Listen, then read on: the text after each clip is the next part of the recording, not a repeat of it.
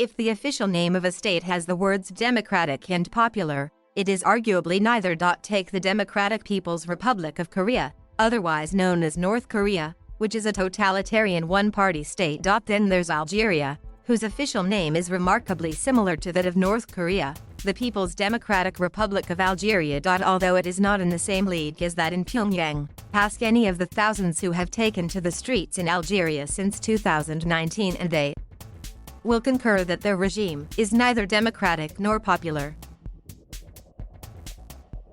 They would say that their country has been run by a clique for decades, with the military holding the reins of power behind a civilian facade, and used the country's oil wealth to line their pockets. Further, the protesters view successive parliamentary and presidential elections as a sham to bestow legitimacy on a regime that otherwise has none. Another telltale sign of a people's democratic republic is that in moments of national crisis, the government's first reaction is to blame foreigners or fifth columnists.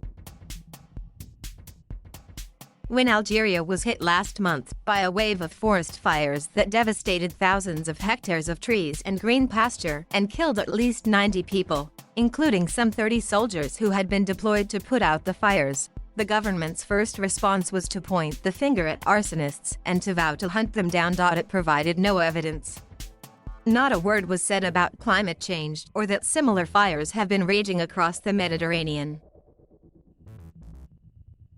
It was a similar response when the harrowing details emerged of the lynching and burning of the body of 37-year-old Jamal Ben Ismail, who had gone to the Kabylie region to help fellow Algerians extinguish the fires. The incident was caught on mobile phones and widely circulated on social media.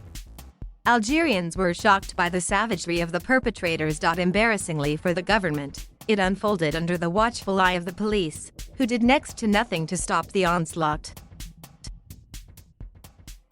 The government has defended the officers, saying they had come under attack from a violent mob, who snatched Mr. Ismail from a police van. The authorities have rounded up dozens of people, the latest count is about 80, and accused them of involvement. Characteristically, they were paraded on state television handcuffed while making confessions that, conveniently for the regime, implicated a local political organization that the government recently designated a terrorist group. The organization, known by the acronym M8K, campaigns for the independence of Kabylie, a predominantly Berber region in northern Algeria, which was worst hit by the fires. The region is also the birthplace of Hirak, the movement whose protests led to the ending of the two-decade rule of President Abdelaziz Bouteflika in 2019. Hirak has continued to spook the old Bouteflika allies who have succeeded him.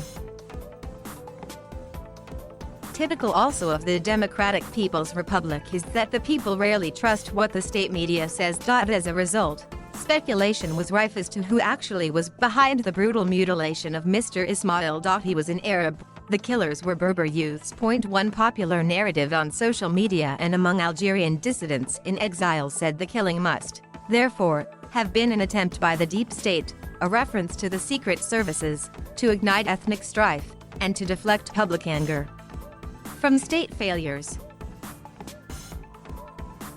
Some wondered whether Mr. Ismail was a pawn in a bigger power game to destabilize Kabylie and thus justify a crackdown on the regime's opponents. The government has now announced that it will compensate all those who suffered from the forest fires. On the issue of Mr. Ismail's murder, police say his mobile has been found with shocking facts concerning the real reasons behind his killing. However, these revelations will reportedly not be disclosed because of the ongoing investigation.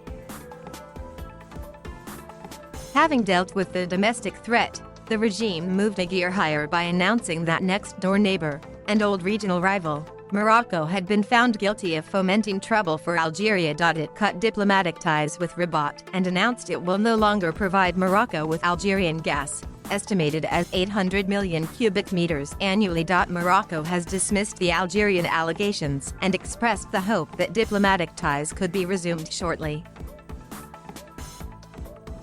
It is yet to comment on the likely impact of the decision on its domestic energy needs. Critics were quick to point out that scapegoating Morocco and domestic opposition groups is an old tactic to divert attention from the regime's spectacular failure in dealing with domestic problems such as the forest fires, the COVID-19 pandemic and the lack of jobs. Last month, as infections peaked amid a severe shortage of oxygen for seriously ill patients, the government issued directives to the media to play down the bad news. It was straight from the textbook of totalitarian states, blame the media for the regime's failures. Yet, paradoxically, the pandemic gave the regime respite from the protests organized by Iraq. It was a perfect public health pretext to ban gatherings and demonstrations. But after a lull, the protesters were back on the streets of Karata in Kabylie earlier this year to mark the second anniversary of Iraq.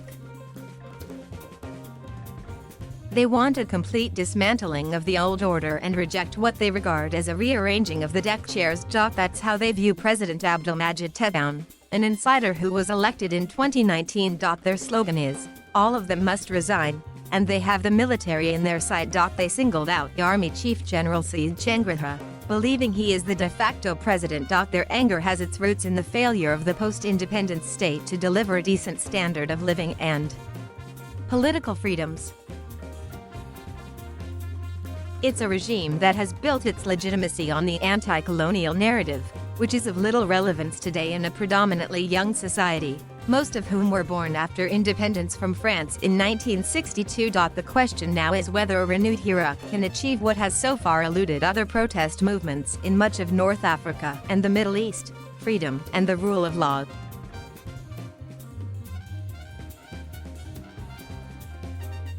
Thank you for watching. Please subscribe.